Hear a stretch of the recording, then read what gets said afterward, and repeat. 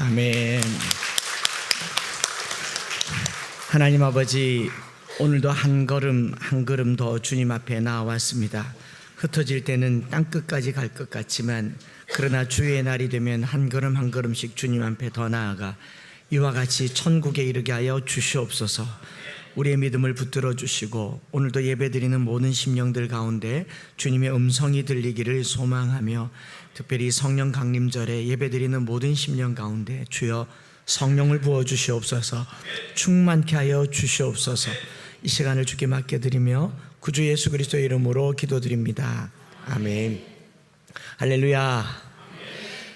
성령 강림절이라고 말하죠. 성탄절의 기쁨만큼이나 이 성령을 부어주셔서 사도행전 이후로 초대교회가 오늘에 이르기까지, 어떻게 보면 지구 반대편에서 이쪽에 땅끝까지 이르러 복음이 증거되게 하시는 귀한 성령의 역사를 기념하고 기억하고, 또 오늘 우리에게도 성령을 부어주셔서 땅끝까지 복음을 전하는 저와 여러분들 되면 좋겠습니다. 어떤 성도분께서 지난주에 식사하면서 그러더라고요. 본인이 엠마오교회에 출석한 지 이제 2년 반 됐는데, 2년 반 동안 가장 많이 성숙하고 가장 많이 신앙이 자란 사람은 목사님 같다. 제가 좀 많이 자랐대요. 그래서 처음엔 좀 당황했어요. 아니, 내가 전에 어땠다고, 내가 자랐다고? 키는 1cm도 안 자랐는데 그랬지만 정말 1초도 안 돼서 옳거니 하면서 무릎을 쳤어요. 정말 내가 전보다 나아졌구나, 내가 정말 자랐구나 하는 생각을 하게 됩니다. 그렇다고 전에 별로였던 건 아니죠. 웃고만 계시는 거 보니 별로였군요. 교회를 이전하고 여기까지 오게 된 모든 과정을 여러분들이 대부분 잘 알기 때문에 긴 설명이 필요 없다 생각합니다. 그러나 짧게 말하면요, 건물에 관심이 없었습니다.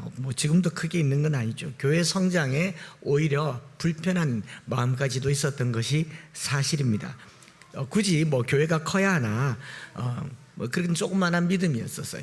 우리가 그냥 은혜 생활하고 하나님 말씀 따라 살면 되지, 그런 정도의 생각을 가졌던 사람입니다. 기도 꼭 해야 하든나, 하나님 알아서 다 해주시는데, 좋으신 하나님인데, 그래서 그냥 때 되면 기도하고 그 정도 신앙생활이었습니다. 전도 하려고 애를 쓰고 길거리 나가서 지나가는 사람에게 불편을 주기보다 교회가 매력적이면 사람들이 온다, 이렇게 생각했습니다. 그런데 여러분, 영원히 구원받는 건 영적 전쟁입니다. 어떻게 지옥 갈 백성이 천국 백성 되겠어요? 그 어마어마한 전쟁 가운데 성도가 믿음을 갖게 된다라고 하는 것은요, 가만히 앉아서 되는 일은 아닌 것 같아요. 이런 생각으로 가득 찼던 제가 지금 이제 정반대의 목회를 하잖아요. 기도를 뜨겁게 합시다, 모입시다, 복음을 전합시다, 이러고 있는 제 자신을 보니까 이거는 제가 자랐든지 아니면 미쳤든지 둘 중에 하나일 것 같아요.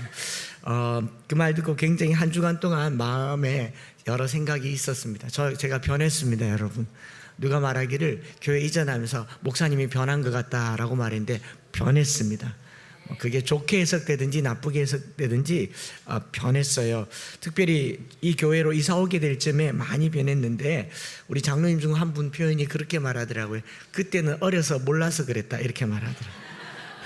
아니, 장로님들이 다 저랑 연배가 비슷한데, 근데 그때 어렸을 때가 있고 미숙했을 때가 있습니다. 고린도전서 13장에 내가 어렸을 때는 말하는 것이 어린아이와 같고 깨닫는 것이 어린아이와 같고 생각하는 것이 어린아이와 같다가 장성한 사람이 되어서는 어린아이를 버렸노라. 성도의 본분은 물론 하나님의 자녀로서 초심을 잃지 말아야 되지만, 삶에 있어서 성숙해야 한다는 것도 잊지 말아야 합니다. 그래서 더 기도해야 한다는 것을 알았고, 기도도 그냥 하는 것이 아니라 간절하게 기도해야 한다는 것을 알았고, 혼자 하는 것이 아니라 모여서 기도해야 한다는 것을 알았습니다. 금요일에 오시기 바랍니다. 금요일이 뜨겁습니다. 금요일날, 지난주일에 아이들이 금요일날 막 안수 받으려고 올라왔는데 제가 없어가지고, 그런데 더 귀한 분에게 안수 받고 갔다는 소문이 있더라고요. 이번 주에 금요일에 오시면 됩니다. 네, 더 건강하게 더 성숙해야 한다는 사실을 배운 것이 지난 한 주간 제 마음의 생각이었고요. 예전에는 교회 하나가 커서 세상을 바꿀 수 있을까, 이런 비관적인 목회관이 컸습니다. 그러나 곰곰이 생각해 보니 세상을 바꾸는 게 한 사람에게서부터 시작되지 않습니까? 한 교회에서부터 세상이 바뀌어진다는 것을 믿습니다. 한 사람 예수 그리스도의 순종으로 말미암아 의와 생명이 이 땅에 들어온 것처럼 저와 여러분들이 오늘 이 엠마오 교회에서 내가 신실한 하나의 그리스도인이 되는 것이 세상을 바꾸는 시작이 될 줄 믿습니다. 그래서 한 사람이면 충분하겠다 이 생각을 하는 거예요. 그리고 그런 중에 우리의 이 작은 생명 하나하나가 겨자씨가 되고 그리고 누룩이 되어서 세상에 번져나가기를 축복합니다. 특별히 이번 학기에 저에게 적지 않은 변화와 가르침을 준 게 있다면 뭐냐면은 이제 계명대학교 연합신학대학원 지금 신입생 모집하고 있습니다. 오시면은 많은 걸 배울 수 있습니다. 전도사님도 될 수가 있습니다. 저희 교회에서 평신도들 중에 사역자가 나오기를 바라는 마음도 있고요. 지난 학기에 제가 강의하는 과목이 보통 저는 성경 암송이나 목회적인 여러 가지 것들 그리고 구약 과목을 주로 가르쳤는데 지난 학기에 제게 할당된 과목이 교회 성장학이었어요. 제일 제게 어울리지 않고 어색하고 심지어는 무슨 과목이 이래 그러면서 불편해하기도 했습니다. 어쨌든 주어진 과목이니까 수업을 했는데요. 가르치는 자로 강단에 섰는데 제일 많이 배운 사람이 저였다고 고백하고 싶습니다. 한 10여 명의 전도사님, 목사님들이 이제 대학원에서 수업을 하는데 자기들이 처한 교회의 상황과 우리 교회가 꿈꾸고 있는 것과 현재 무엇을 하고 있는지를 계속 듣는데 제 가슴에 막 뭐가 불이 붙는 것 같아요. 한편으로는 내 안에 회개하는 마음이 가득가득 생기더라고요. 가끔 가다가 이 공간이면 충분하지 이 공간보다 더 넘쳐나면 다른 교회 가시고 들어온 순서대로 나가라고 그렇게 말했었습니다. 회개가 되더라고요. 교회가 더 커질 필요가 없다라는 생각을 한 것이 너무 하나님 앞에 부끄럽고 죄송했습니다. 그 수업 중에 그런 내용들을 복음을 전해야 될 여러 가지 이유와 교회 성장에 대한 이야기를 하는데 내 마음에 어떤 생각이 들었냐면 우리가 지금 물어봐서는 분위기 좋잖아요. 괜찮지 않습니까? 이대로 가면 좋겠습니까? 안 되겠더라고요. 여기 대구는 아직도 예수를 믿고 만나야 할 사람이 93%나 됩니다. 200만 명이나 예수를 믿어야 할 사람이 있다는 생각에 복음을 전해야 할 이유가 분명해졌다는 생각을 하게 되었습니다. 교회가 공간이 좁다고 옆에 땅 많아요. 그리고 교회가 공간이 좁다고 옆에 교회도 많아요. 우리가 모두 함께 하나가 되어서 교회가 하나님 나라의 복음을 전하는 일, 이게 성령 강림절에 우리가 들어야 할 메시지인 줄 믿습니다. 그래서 이번 한 주에 제 마음에 어떤 생각이 들었느냐, 사실 당장 다음 주부터 하고 싶었지만 좀 칼을 갈아서 다음 달부터 7월 달에 수요 전도대를 발족하기로 했습니다. 그래서 수요일마다 와서 여기 매천역에 버스 정류장에 학교에 아파트 단지에 가서 복음을 전하는 저와 여러분들이 되시기를 축복합니다. 자리가 없다고요? 없습니까? 공간이 없는 겁니까? 많아요. 채울 데가 많습니다. 이웃 교회에도 많습니다. 인도해 드리면 되잖아요. 그래서 복음을 전하는 저와 여러분들 되기를 바랍니다. 이게 우리 교회가 앞으로 해야 될 일이라는 생각을 했어요. 어릴 적에는 교회가 커야 많은 일을 할 수 있다라는 선배 목사님들의 말이 불편했습니다. 거북스러웠어요. 그래서 교회를 자꾸 키우려고만 하는 것이 마음의 못내 상처가 되었어요. 그러나 이 교회 성장학을 수업하고 나서 내 마음에 든 어떤 느낌은 뭐였냐면은 많은 일을 하면 주님을 위해서 많은 선한 일을 하고 복음을 전하면 교회는 크게 돼 있습니다. 그게 성장하는 교회의 특징이더라고요. 성장하려고 애를 쓰는 게 아니라 기도를 하려고 애를 쓰니까 기도가 커지고 복음을 전하려고 애를 쓰니까 교회가 커진 것을 거부할 이유는 없겠다 싶어서 저와 여러분들이 이제 열심히 전도하고 또 각 순모임에서도 등록된 새가족들을 바라보면서 우리가 커졌다가 아니라 우리 순모임에 더 많은 영혼들이, 특별히 초신자들이, 비신자들이, 하나님을 모르는 사람들이 계속 전도되어서 순이 건강해지는 그런 은혜가 있기를 축복합니다. 그래서 하반기에는 전도도 할 거고요, 그 다음에 훈련도 할 겁니다. 순장들 리더 훈련도 할 거고, 제자 훈련도 할 거고, 우리 청년들은 리더십 훈련도 할 거고, 다 훈련, 교사들은 교사대학도 할 테니까 어금니 꽉 깨물고 따라오시기 바랍니다. 보세요, 아멘 안 하잖아요. 여러분 편안하게 신앙생활 하려고 오신 거 맞죠? 그러지 마시고 저와 함께 우리의 이 마지막 한 시절을 하나님 나라를 위해서 한번 불태워보는 저와 여러분들 되시기를 축복합니다. 자, 오늘 본문으로 들어와서요. 오늘 본문 데살로니가전서 4장은 그러므로 형제들아로 시작되죠. 그러므로라는 말은 앞에 1장, 2장, 3장에 있는 내용을 전체를 받아서 이제 내가 할 말은 이것이다라는 말이죠. 1장, 2장, 3장에 이런 일을 했다라는데, 우리가 배경을 잘 살펴서 알고 있는 것처럼 새 안식일에 짧은 시간에 복음을 전했고, 데살로니가 교회는 이로부터 1년여 지난 시간이니까 개척교회입니다. 교회의 초기의 모습인데 교인들이 아는 게 별로 많지 않아요. 이방인들, 그리스도인들이 더 많았기 때문에. 그럼에도 불구하고 그들 안에 있었던 이 신앙이 성장하는 모습들 때문에 바울이 감사하고 감격하고 무난하고 서로를 향해서 그리움과 교제를 충분히 안부를 전하고 있었던 내용이 1장, 2장, 3장입니다. 그러니까 계속 인사만 하고 있었던 거죠. 그런데 갑자기 사도 바울이 그러므로 형제들아로 시작되는 거죠. 데살로니가 교인들은 신앙생활 잘하고 있었어요. 칭찬받는 교회였습니다. 성도의 교제가 풍성했고 서로 얼마나 신뢰관계가 있는지 소문난 그런 교회였습니다. 그래서 바울이 여기까지 얘기하고 나서 갑자기 그러므로 형제들아, 그 다음 뭐라고 적혀 있습니까? 끝으로 이렇게 말합니다. 그러므로 형제들아, 우리가 끝으로. 앞에는 뭐라고 말했길래요? 분위기가 어떤 분위기인지 아시겠습니까? 한참 인사하다가 끝으로 그래요. 어떠세요? 전화를 했어요. 전화통화하는데 언니야 잘 있나? 그래, 애들은 어떻고? 그래, 우리도 잘 있다. 몸은 괜찮지? 소문 듣자니까 언니 요즘 잘 지낸다며, 잘 나간다며 한참 얘기하다가 상대방이 용건이 뭐야? 라고 물어보려고 하는데 끝으로 딱 이런 분위기란 말이죠. 제가 이렇게 본문을 묵상해 보니까 데살로니가 교인들이 실제적으로 궁금해하고 있었던 내용들을 이제 4장과 5장에 담았는데, 사실은 조금 더 부연 설명이 필요해야 되잖아요. 너희들 중에 그리스도의 다시 오실 재림에 대해서 염려하는 사람들이 있다더라. 너희들 중에 주님 오실 때 우리는 어떻게 될까 염려하는 사람이 있다더라. 너희들 중에 주가 강림하실 때가 언제인지 궁금해하는 사람들이 있다더라. 그러므로 이렇게 말해야 된다. 앞에 이런 내용이 이런 방구도 없다가 갑자기 끝으로라는 말이 나온 거죠. 그래서 제가 궁금해서 요 한 구절에 멈춰가지고 본문을 더 찾아봤더니 NIV 성경에는요, as for other matters라는 표현을 씁니다. As for other matters, brothers and sisters. 무슨 말입니까? 다른 일에 관하여는 형제들아. 갑자기 주제가 확 바뀌는 거예요. 근데 그 일도 너희들이 말한 바로 그 메인 매터가 아니라 other matters라는 말을 쓰고 있는 거죠. 다른 일에 관하여서는 중요하게 여기고 있다, 안 여기고 있다. 별로 중요한 게 아니다. 그래서 제가 원래 잘하는 게 어려운 성경 본문에 물타기 잘하잖아요.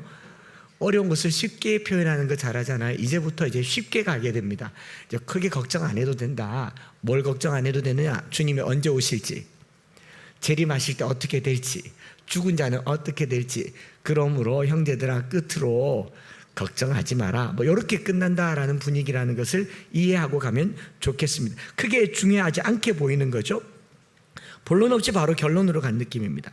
그래서 데살로니가 교인들이 당면한 구체적인 문제가 뭐냐면, 순교하면 어떻게 되느냐, 죽으면 어떻게 되느냐, 죽음 이후에는 어떻게 되느냐, 재림의 때는 언제냐, 재림은 언제인가, 이런 질문을 바울에게 했는데, 바울이 1장, 2장, 3장에서 계속 내가 너희에 대한 소문을 들었다, 너희 말씀이 믿는 자 가운데서 살아 역사하느니라, 내가 건너가서 너희를 보기를 원하지만 못 봤다, 막 한참 이야기하고, 그러므로 형제들아 끝으로 라고 얘기를 하는 거죠. 그래서 4장과 5장 앞으로 다루게 될 텐데 어떤 내용들이냐면, 자는 자들에 관해, 죽은 자들에 관해서 13절부터 18절에, 그리고 5장 넘어가서 마지막 때와 시기에 관해서 바울이 말하고 있고, 그때가 반드시 오니까 깨어 근신하라 5장 6절에 있고, 그리고 하나님의 뜻은 16절부터 18절 주 안에서 항상 기뻐하라, 기도하라, 감사하라. 이것이 그리스도 예수 안에서 너희를 향한 하나님의 뜻이니라. 뭐 이게 전부예요.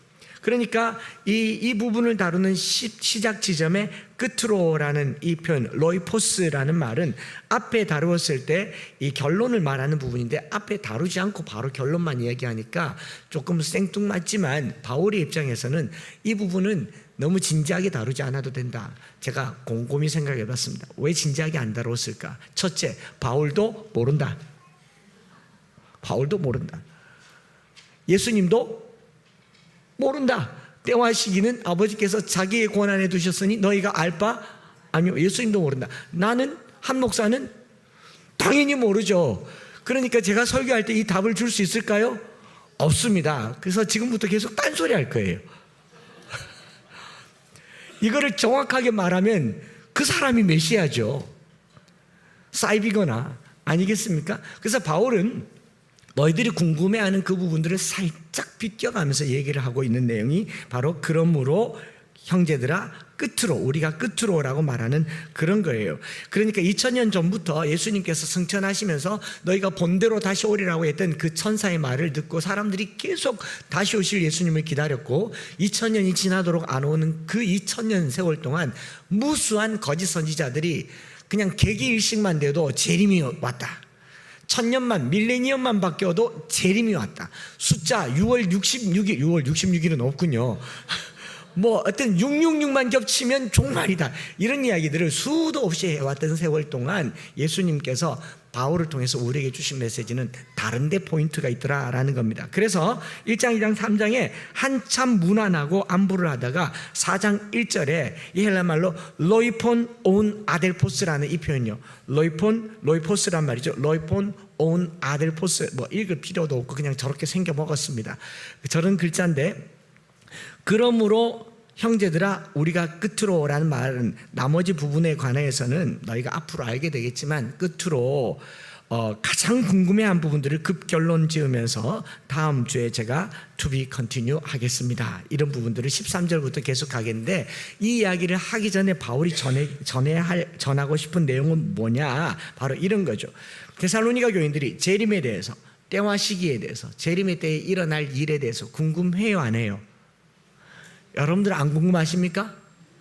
주님 오실 날 알면 미리 준비하고 그 전까지 그냥 신나게 놀다가 회개하고 참 목욕 재개하고 딱 정리한 다음에 주님 주의 보혈로 모든 죄를 용서하여 주신 줄 믿고 금식하면서 맞아드려야 되잖아요.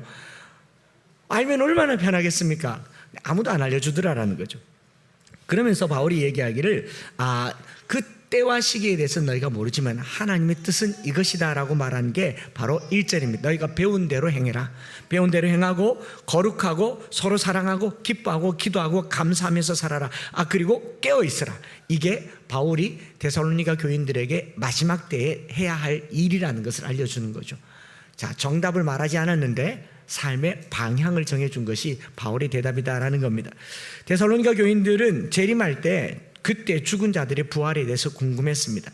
예수님께서 재림하실 때 살아있는 자들은 어떻게 죽고 어떻게 부활하는지 궁금했습니다. 그러나 조금 더 신앙생활을 하다 보면요, 이전에 하다 보면 궁금해하던 모든 것들에 대한 답을 또 다른 곳에서 찾게 된다라는 겁니다.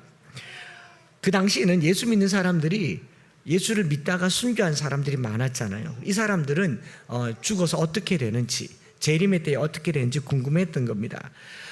데살로니가 교회가 어떤 교회였다고요? 세워진 지 2년도 안 된 어린 교회, 신앙생활 막 시작한 교회. 그러다 보니 궁금한 게 계속 생기기 시작한 지점이에요. 제가 이 말씀 준비하면서 보니까 우리 성도들 중에도 같이 신앙생활 막 시작할 때는요, 그냥 좋아요.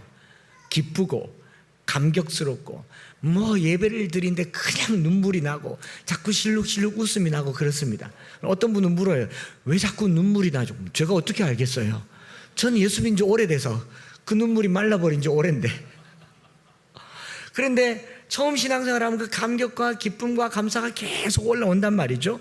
그러다가 한 1년쯤 지나고 2년쯤 지나고 좀 이게 눈물이 마르는 지점이 와요. 그러면서 머릿속에 궁금증이 생깁니다. 이건 뭐지? 먼저 돌아가신 어르신들은 어떻게 되지? 세종대왕은 천국 갔을까? 가련유다는 지옥 갔을까? 막 성경 보면서 이 궁금증이 계속 이건 뭐냐면 마치 이런 느낌일 것 같아요. 신차를 뽑았습니다. GV80.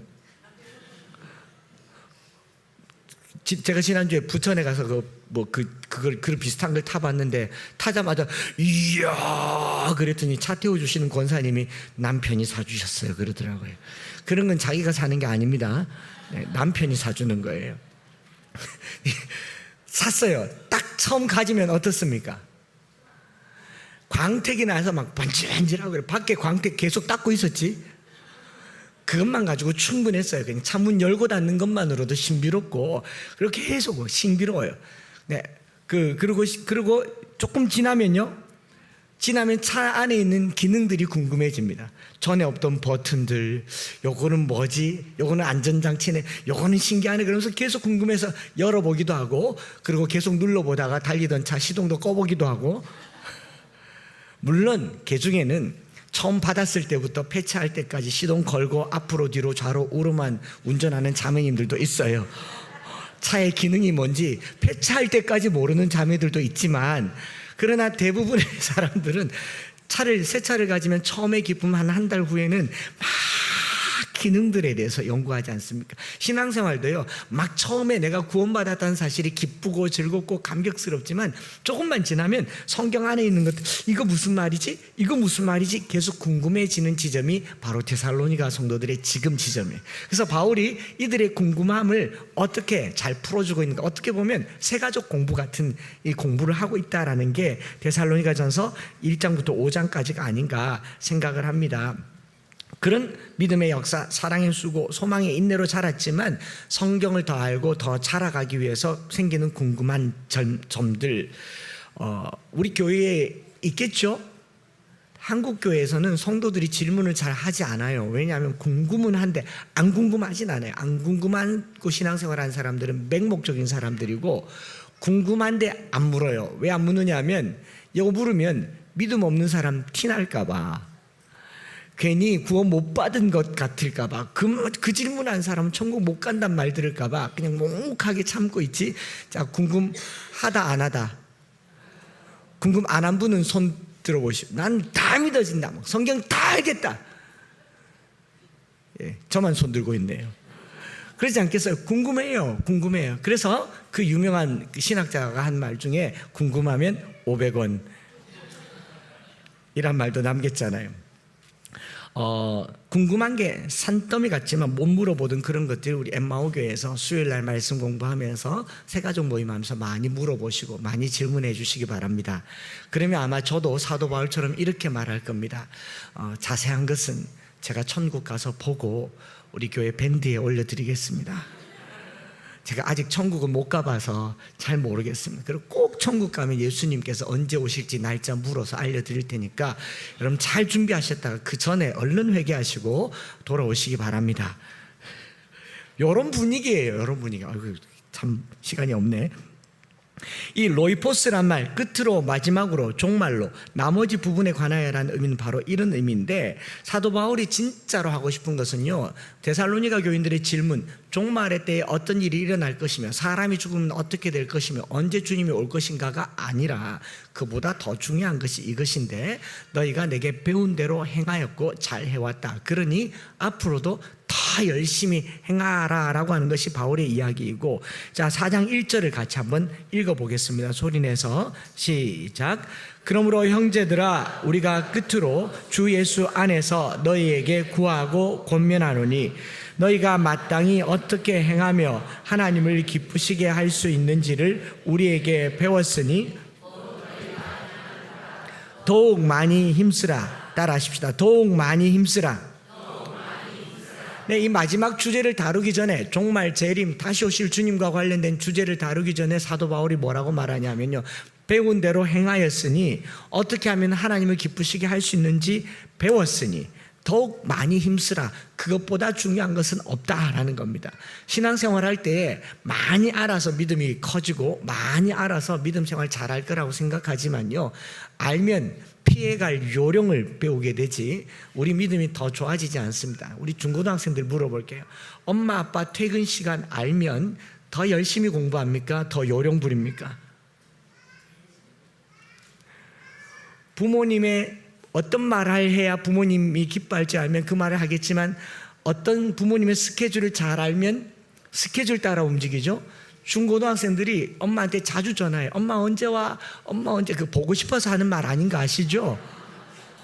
그 전까지 놀려고 하는 거예요. 자, 우리가 주님 언제 오실지 알면 어떻게 했습니까? 주님이 기다리겠습니까? 오시기 전까지 놀겠습니까? 우리가요, 이렇게 야가 빠진 인생들입니다. 사도 바울이 그래서 날과 때에 대한 관심보다 지금 배운 대로 행한 대로 더 많이 힘쓰는 것이 마지막 때에 이 종말의 때에 성도들의 본분이다라고 못 받고 시작하는 거예요. 오늘 이 말씀을 마음에 새기면 다음 주 그 다음 주에 4장 5장을 더 많이 이해할 수 있을 거라 생각합니다. 어떻게 사는 것이 하나님을 기쁘시게 하는 것인지, 이것이 하나님의 뜻이다라고 말하고 5장으로 넘어가서도 범사에 감사라, 이것이 그리스도 예수 안에서 너희를 향하신 하나님의 뜻이니라. 하나님의 뜻, 기쁘시게 하는 것이 무엇인가? 4장 3절에 나오죠. 시작.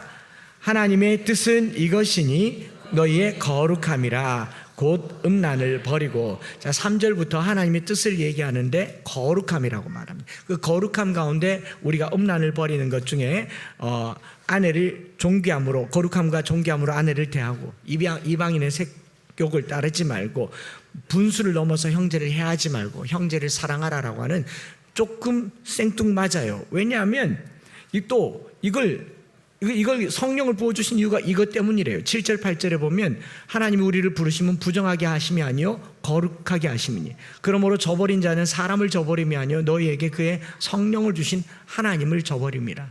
성령을 받아서 살아가는 삶의 이유도 거룩함이고, 그 거룩함이 하나님의 뜻이고 하나님은 그것을 기뻐하신다라고 얘기를 하는데, 아니 그러면 거룩하게 살면 기도하고 말씀 보고 복음 전하고 교회 봉사하고 성가대하면 이게 거룩함인 줄 알았는데, 그 항목이 좀 요상하다란 말을 해서 그럴지 모르겠지만 좀 원색적이에요. 그러지 않습니까? 자기 아내를 존귀함과 거룩함으로 대하고, 음란을 버리고, 색욕을 따르지 말고, 형제를 해하지 말고, 이것과 영적인 생활과 무슨 상관이 있는가를 고민해 보게 되죠. 고민해 보지 않을 수 없죠. 아마 오래전부터 레위기를 설교를 들어오셨거나 유튜브에서 들어보신 분들은 잘 알겠지만, 저는 이걸 보고 사도 바울이 데살로니가 교인들에게 가르친 게 레위기에 있는 율법이었구나라는 것을 알게 되었어요. 레위기 전체의 주제가 거룩이죠. 신구약 성경 전체에서 거룩이라는 표현을 제일 많이 쓰는 것이 레위기이고, 레위기의 주제는 거룩입니다. 그런데 그 거룩을 조금 나눠서 보면 1장부터 16장까지는 상태적 거룩이라고 해요. Status of holiness, 그 거룩한 상태. 그래서 거룩한이란 말이 형용사로 사용되어져요. 거룩한 곳, 성소, 거룩한 물건, 성물, 거룩한 날, 성일, 거룩한 백성, 성도, 이런 형용사가 붙은 명사로 거룩을 이렇게 규정해 놓은 게, 그래서 그의 날, 그의 물건, 그의 장소, 그의 것, 그의 백성, 이런 것들이 1장부터 16장까지 다 나와 있다면, 레위기 17장부터 27장까지는 어떻게 거룩하게 될지를 설명해 주고 있어요. 거룩이 무엇인가를 말한 게 앞에 레위기 앞부분이라면 17장부터 27장까지는 어떻게 거룩하게 돼야 할지를 설명해 주고 있으면서, 그 중에 대표적인 묶음으로 한 묶음을 보여주는 게 레위기 18, 19, 20장입니다. 집에 돌아가셔서 이거를 읽어보시면 눈뜨고 읽기 좀 민망스러울 만한 표현들이 계속 나옵니다. 18, 19, 20장이에요. 18장에는 주로 뭐가 나오냐면 하체를 범하지 말라라는 말이 22번이나 나옵니다. 하체란 말이 뭡니까? 좀 은유적으로 번역을 했죠. 성범죄를 얘기하고 있습니다. 간음에 대해서 얘기를 하고 있고, 성폭력에 대해서 얘기를 하고 있습니다. 지금 우리 기독교회가 바뀐 정부에서 신경을 쓰고 있는 부분이 이 부분이겠죠. 어떻게 될지는 우리가 하나님께 맡기고 우리는 계속 거룩해야 되지만, 이 성에 관해서 얘기하고 있고, 그 다음에 20장에도 성적인 타락에 대해서 얘기하고 있습니다. 간음에 대해서 얘기를 하고, 또 여기에는 뭐가 들어갑니까? 동성애도 포함되어 있고, 그리고 수간, 짐승 성행위, 온갖 종류의 성적인 타락을 다 만들어 두고 있죠. 이걸 뭐라고 말하느냐? 레위기 18장 2절에 보면요, 2절 3절에 너는 이스라엘 자손에게 말하여 이르라. 나는 여호와 너희 하나님이니라. 너희는 너희가 거주하는 애굽 땅의 풍속을 따르지 말고 내가 너희를 인도할 가나안 땅의 풍속과 규례도 행하지 말고. 그들이 살고 있는 땅이 그렇다는 거예요. 오늘 우리가 살고 있는 땅이 그렇다는 겁니다. 이건 법의 문제가 아니에요. 법이 통과되면 더 자유롭게 이런 일을 하겠지만, 법이 통과되지 않아도 이 땅은 음란한 땅입니다. 왜 어색하십니까? 입으로 꺼내기 어렵죠. 사도 바울이 뭐라고 그럽니까? 거룩함으로 음행을 버리고, 하나님이 뜻은 이것이니 너의 거룩함이라, 곧 음란을 버리고라고 말할 때 우리가 살고 있는 세상이 그렇다라는 거예요. 우리가 살고 있는 세상. 그런데 이게 신앙생활과 무슨 상관이며 거룩과 무슨 관계가 있느냐? 여러분, 거룩은요, 가장 은밀한 곳에서, 아무도 보지 않는 곳, 침상에서, 가정 안에서 나 혼자 있을 때, 그때부터 거룩이 시작된다는 것을 믿으시기 바랍니다. 교회 와서 열심히 기도하고 열심히 찬양하고 전도하고 하나님의 신령한 일을 하는 사람이 거룩한 것이 아니라 침상에서부터 거룩한 사람이 거룩함이다라고 말합니다. 오늘 우리가 이걸 덮어놓고 세상의 악을 논할 자격이 있는가를 생각해 보셔야 돼요. 세상은 원래 악한 땅, 원래 악했고 원래 음란했고 원래 사악했습니다. 그것이 애고의 풍속이고 가난의 풍속이에요. 그걸 집안에까지 끌고 들어와서 나는 그들보다 좀 더 낫기 때문에, 그들보다 좀 덜하기 때문에 내가 거룩한 것처럼 착각하지 말아야 된다라는 겁니다. 아내를 존귀하게 대할 줄 알아야 된다라는 겁니다. 그래서 하나님은 사람의 눈이 닿지 않는 곳에서부터 거룩을 가르치고 있습니다. 이게 우리가 교회에서 성도들이 이 땅에서 거룩한 삶을 사는 방법입니다. 더 깊은 곳에서, 더 은밀한 곳에서 혼자 있을 때, 그리고 더 나아가서 부부가 둘이 있을 때 침상에서 거룩이 회복되는 우리의 가정들이 되기를 축복합니다. 이거 누가 알겠어요? 집에서, 침상에서. 하나님 다 아신다는 거예요. 그래서 레위기 18장과 20장에 가진 음행과 더러움이 가득한, 풍속이 가득한 곳에 정중앙에 19장을 박아두고 뭐라고 얘기하느냐. 19장 2절에 너는 이스라엘 자손의 온 회중에게 말하여 이르라. 따라하십시다. 너희는 거룩하라. 이는 나 여호와 너희 하나님이 거룩함이니라. 이 음행과 악행이 가득한 풍속 속에서 하나님께서 이스라엘 백성들에게 명령한 명령은 세상을 바꾸라 이전에 너희가 거룩하라. 오늘 저와 여러분들이 세상의 악을 대하기 전에 우리 안에 거룩이 회복되기를 축복합니다. 우리가 거룩한 백성으로 거룩한 삶을 살아가는데 보통 음란한 땅이 아니잖아요. 이 풍속 속에서 대대로 음란을 배우며 살았습니다. 제가 이 말하는 동안 저는 거룩할 것 같습니까? 아유, 저 뭐 청소년 시절에, 청년 시절에 EDPS라고 들어보셨어요? 수도 없이 많이 하고 머릿속에 길들여서 살아왔어요. 지금 아저씨들 아재 개국 중에 상당 부분은 19금 아닙니까? 오늘 우리 성도들이 여기 이미 젖어 살고 있고, 저는 더하면 더했지 덜해지는 않았을 겁니다. 지금은 여러분 모르잖아요, 저를. 제가 집에서 아내에게 어떻게 하는지 모르잖아요. 채찍을 휘두르고 수도 있어요. 가끔가다 폰 모서리에 맞기도 하지만,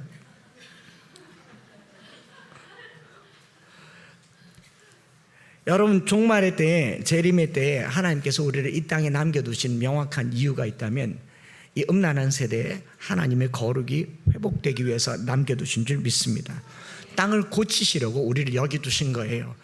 하나님께서 아브라함에게 이 가나안 땅을 약속하셨지만 400년이 넘도록 노예 생활하게 하신 이유가 그 땅의 죄악이 아직 관영하지 않았기 때문이다. 때가 되어서 이스라엘 백성들을 정말 그 모를 이양하듯이 이 모판에 있는 모를 가져다가 여기 갖다 심은 이유는 이 땅을 바꾸기 위한 하나님의 거룩한 메시지가 있기 때문인 줄 믿습니다. 그 첫 번째가 우리 안에 음란을 버리고, 그래서 저를 포함해서 저도 포함된 이야기예요. 저를 포함해서 저와 여러분들이 이 한 주간 동안 내 눈에 귀에 들리는 모든 것들을 한번 제거해 보도록 마음에 결단하는 오늘 하루가 되기를 축복합니다. 세상의 악과 음란을 탓하지 말고 세상을 변화시키기 위해서 우리를 이 땅에 세우신 하나님의 뜻을 알아서 내가 거룩하니 너희도 거룩하라. 그 거룩함을 행하는 우리 모두가 되기를 원합니다. 신기한 건요, 여러분 결혼을 포기하잖아요. 출산도 포기합니다. 성은 포기하지 않아요. 이게 이 세상이라고. 결혼 안 한다고 하는데 왜 잠자리를 합니까? 출산 안 한다고 하는데 왜 그릇된 모임들이 계속 생기고 있습니까?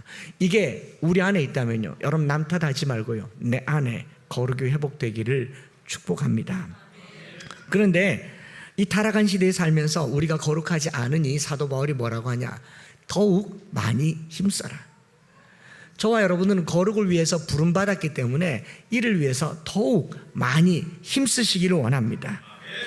거룩하라는 말씀은 하나님의 명령이고, 그 명령은 현재 우리가 거룩하다 안 하다? 안 하다. 거룩한 백성으로 부름을 받았지만 아직까지 우리가 거룩함에 이르기 위해서는 뭘 해야 된다? 노력해야 된다.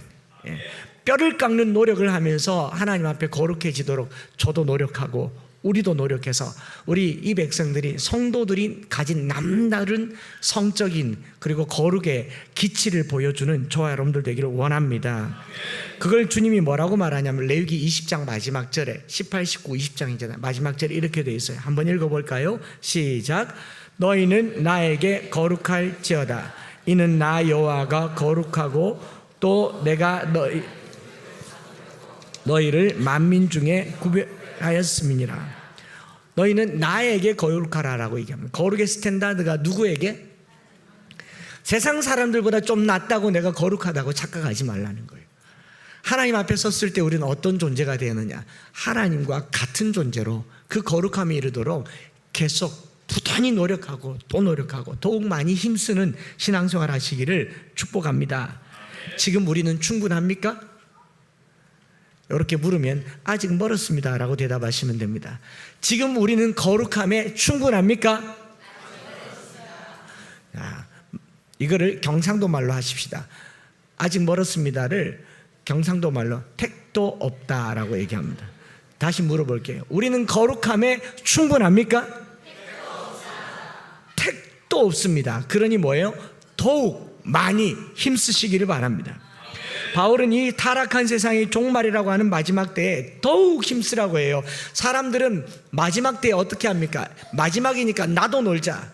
여러분 다음 주가 종말이라면 시집장가 안 간 사람은 어떻게든지 오늘 처녀딱지라도 총각딱지라도 떼보고 싶어 할 겁니다. 안 그래요? 놀 거 다 놀아보자고 할 거예요. 그러나 바울은 종말의 때에 더욱 거룩을 위해서 힘쓰라고 합니다.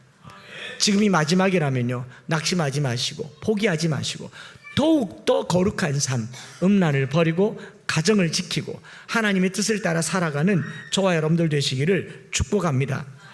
말씀 맞춰요. 우리의 구원은요, 은혜로 받았습니다. 은혜는 값없는 하나님의 사랑으로 주어졌어요. 그러나 그 구원을 담지하고 구원을 가지고 열매 맺는 삶은요, 노력해야 됩니다. 구원은 선물로 받았지만 그 선물을 내 것으로 만들어서 거룩하게 하는 과정은요, 노력해야 됩니다. 그래서 하나님을 기쁘시게 하기 위해서 그 뜻을 찾고 그 뜻을 구하며 하나님이 기쁘시게 하는 거룩한 삶, 그거를 늘 추구하는 삶을 사는 겁니다. 예전에 한번 말씀드렸죠. 중국 선교의 아버지라고 하는 허드슨 테일러는 자기 책상 머리에 항상 적어두었다고. 여러분 차에다가도 적어두시고 노트에다가도 적어두시고 손바닥에도 한번 적어둬 보세요. 한번 따라해 볼까요? 이것이 하나님을 기쁘시게 하는가? PC 게임하는 본문에도 적어 놓으세요. 제일 바탕화면, 이것이 하나님을 기쁘시게 하는가? 저도 그렇게 할게요. 한 주간 동안 한번 노력해 볼 테니까 이것이 하나님을 기쁘시게 하는가? 하나님이 기뻐하지 않는 자리, 하나님을 기뻐하지 않는 말씀, 하나님이 기뻐하지 않는 행동들을 끊어가는 것, 더욱 노력하라라는 말입니다. 무엇이 하나님을 기쁘시게 하는지 아무도 보지 않는 가정에서, 더 깊게는 침실에서, 아무도 보지 않는 나 혼자만의 삶 속에서 하나님의 거룩을 만들어내는 저와 여러분들 되시기를 축복합니다. 그래서 성령을 주시는 거예요. 혼자 하기 어려우니까, 혼자 살기 어려우니까 성령을 부어주시는 거죠. 여러분, 난세에 영웅 난다고 하죠. 저는 지금 세대의 성도들 나기를 원합니다. 이 복잡한 세대의 성도들 나기를 원해요. 하나님을 기쁘시게 하는 이 영적인 거장들이, 영적인 영웅들이 많이 나오는 저와 여러분들 되기를 원하면서 우리 찬양, 내가 매일 기쁘게 순례의 길 행함은 주의 팔이 나를 안보하며 내가 주의 큰 복을 받는 참된 비결은 주의 영이 함께함이라. 성령이 계시네, 할렐루야 함께 하시네. 우리의 이 좁은 길을 걷는 동안 주님 영으로 충만하게 하셔서 더 힘쓰기를 원합니다. 기도하는 일에, 말씀 보는 일에, 가정의 거룩을 지키고 내 개인의 성을 지키고 거룩을 지키는 일에, 이 일에 탁월하고 특출한 성도들의 삶이 세상의 기준이 되기를 원합니다. 여러분, 이것 때문에 감옥 가고 이것 때문에 피해를 본다면 그건 순교예요. 영광입니다. 나라의 법과 관계없이 우리는 거룩한가? 그걸 먼저 물어야 됩니다. 우리의 성은 안전한가? 자녀들은 안전한가? 먼저 물으셔야 됩니다. 그리고 이것을 위해서 더 힘써 노력할 수 있도록 우리 손뼉 치면서 이 찬양 부르면서 한번 합심해서 기도하면 좋겠습니다.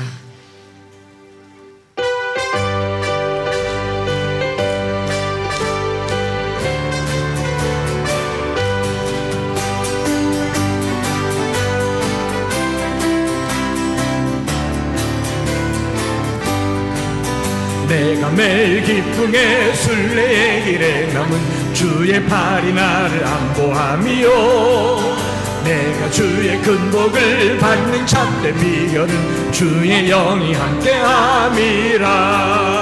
성령이 계시네 할렐루야 함께하시네. 좁은 길을 걸으며 밤낮 기뻐하는 것 주의 영이 함께함이. 전에 죄에 빠져서 평안한 예수 십자가에 그 발 아래 엎드려 참된 평화 얻음은 주의 영이 함께함이라. 성령이 계시네 할렐루야 함께하시네. 좁은 길을 걸으며 밤낮 기뻐하는 것 주의 영이 함께함이라. 우리가 죄 가운데 있을지라도 우리가 터무니없이 거룩하지 못하지만 성령님 오늘 우리 가운데 충만하게 역사하셔서 이 부족한 삶이 성령으로 거룩하게 하여 주시옵소서. 나와 동행하시고 모든 염려하시니 나는 숲의 새와 같이 기쁘다. 내가 기쁜 마음으로 주의 뜻을 행함은 주의 영이 함께함. 성령이 계시네 계시네 할렐루야 함께하시네. 좁은 길을 걸으며 밤낮 기뻐하는 것 주의 영이 함께. 세상 모든 욕망과 나의 십자가에 이미 못을 박은 그리스도 예수의 사람들은 그 정욕과 탐심을 십자가에 못 박았느니라. 주의 영이 함께한. 성령이 계시네 할렐루야 함께. 성령이 계시네 할렐루야 함께 하시네.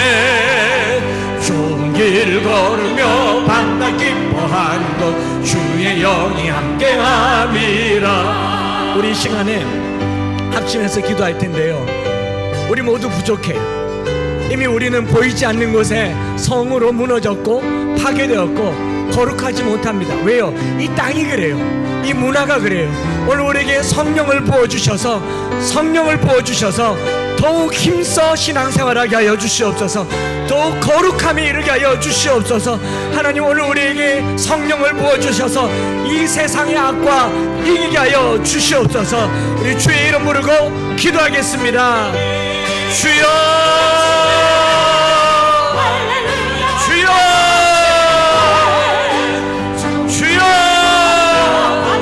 살아계신 하나님 아버지, 우리가 이 마지막 때에 이 종말의 때에 더욱 힘써야 할 것을 알려주셔서 감사합니다. 거룩함이 이르게 하여 주시고 영으로 육으로 더 순결함이 이르게 하여 주시고 음행을 버리고 음란을 버리고 육체의 이름 분명하니 음행과 더러운 것과 호색과 아버지 우상 숭배와 원수 맺는 것과 주술과 아버지 모든 것들을 끊어버리고 성령으로 열매 맺게 하여 주시옵소서. 성령으로 충만하게 하여 주시옵소서. 오늘 우리 안에 이런 일들이 끊어지게 하여 주시옵소서. 성령으로 역사하여 주시옵소서. 할렐루야. 분쟁과 시기와 분쟁과 당짓는 것과 분열함과 인한을 끊어버리게 하시고 투기와 술 취함과 방탕함을 끊어버리게 하시고 성령으로 충만하게 하여 주시옵소서. 성령으로 충만하게 하여 주시옵소서. 오늘 우리가 이 한 주를 주의 영으로 가득한 주의 영으로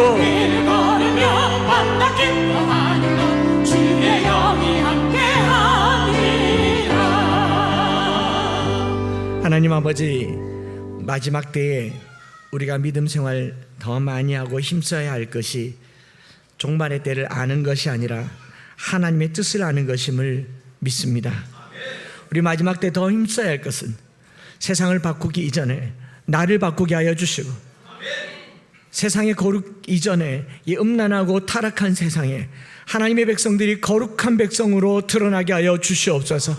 우리 삶의 가장 은밀한 부분에 보이지 않는 부분까지 주님 간섭하여 주시고 개입하여 주셔서 내가 거룩하니 너희도 거룩하라 하신 말씀 붙들고 살게 하여 주시옵소서.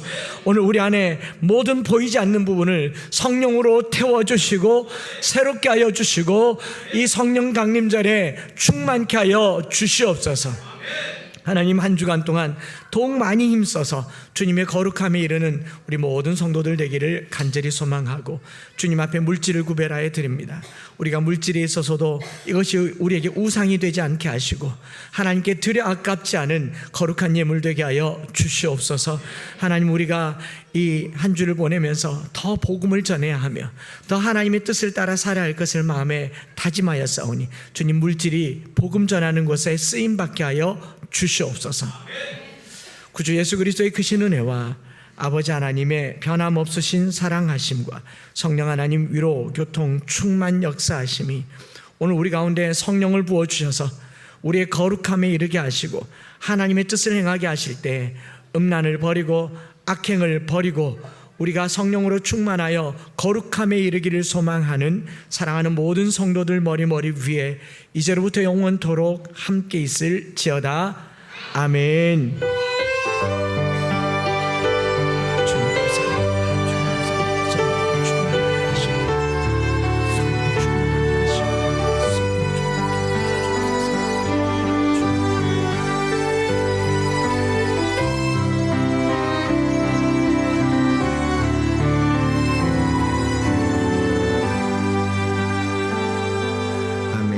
할렐루야. 우리 하나님께 영광의 박수를 돌리겠습니다. 우리 처음 오신 분들 꼭 식사 같이 하시고 교제하시고 돌아가시면 좋겠습니다.